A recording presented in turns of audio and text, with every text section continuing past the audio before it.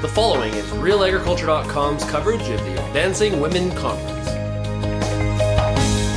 we are here at the Advancing Women in Ag Conference, joined by Susan Blair. And you started your career life as a farmer. You've been through many other experiences since then. Where are you at now?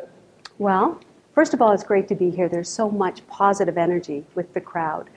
I did start my career in farming, and I've held many positions over the year, as I mentioned in my presentation, and I'm now the head of the Canadian animal health business for Boehringer, and it's a good place for me. I'm very passionate about it.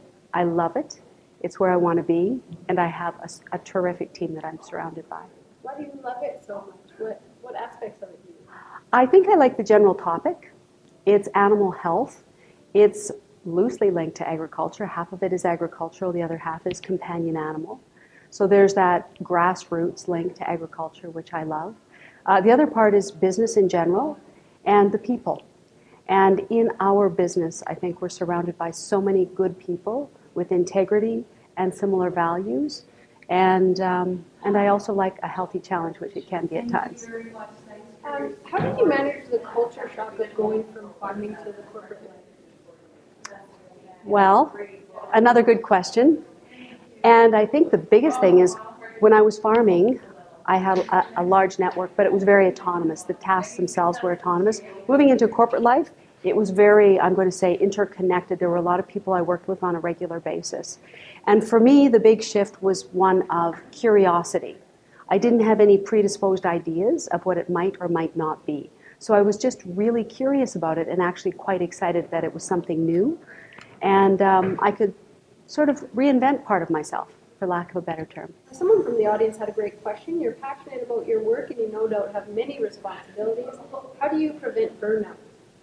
Well, I think burnout and passion help negate each other. Now, you might argue that depending on who you are and where you come from, but one of the comments that I made at the end of my presentation was refuel with what's good for your soul. And I think knowing where we get our energy from. So when I'm working and engaged and stimulated, it doesn't always feel like work. It often feels like fun or just a healthy challenge. It's stimulating and exciting. The other piece is when I do have to shift gears down to re-energize, just knowing where that comes from. Mentors helped a great deal for me with energy. I get energy from mentors. Or something as simple as when I drive home listening to a good CD mixed or it's not a CD anymore, it's my my little stick in my car. Just a good music mix. Or having a good glass of wine or going for a hike or a walk. Just basic things that I can integrate into my week that aren't difficult. It doesn't have to be a big vacation. It doesn't have to be anything like that. It's just the basics. So what advice would you give someone thinking about making a career change? Well, that's a big, big question. I think I would distill it down to, if you're thinking about a career change, what is it? And what's your plan for becoming fluent in that area? And then apart from that, don't be afraid to make mistakes. And if you feel passionate about it and have a plan to become fluent, the rest will come together for you. For me, one of the things that I've learned throughout the course of my career is taking chances is really important.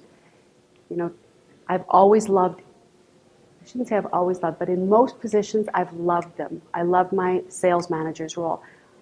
I love my business unit director's role. I love the role that I currently have. So with a lot of these positions, I was entirely content sitting where I was until the opportunity came along. And then taking a risk was exciting.